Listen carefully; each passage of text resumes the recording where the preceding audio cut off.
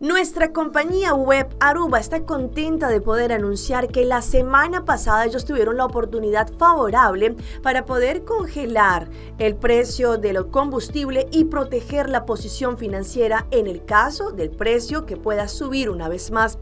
Así la compañía de agua y energía lo informó por medio de un comunicado. Para lo que es el cuarto cuartal del año 2022, Web logró congelar el precio del combustible a $77 por barril. Es decir, que si llegara a subir, Web sigue pagando los mismos $77 y no al precio del mercado. Por otra parte, si el precio baja de los $77, Web pagará el precio del mercado en ese momento.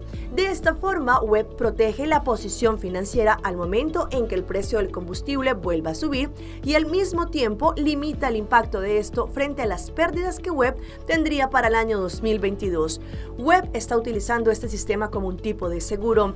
Encierra comprar de un seguro, por ejemplo, la variación indeseada del precio del combustible, y así se estabiliza el precio que se debe pagar por un periodo definido, en este caso el cuarto cuartal para el 2022. Para llegar a este seguro, Web tuvo que pagar una prima. Con esto se cubre la posibilidad de que se pague más al momento en que el precio del combustible suba al precio para el cual se compró el seguro. De esta forma, Web y la comunidad podrán tener tranquilidad y no deberán estar preocupados frente a la volatilidad del precio del combustible.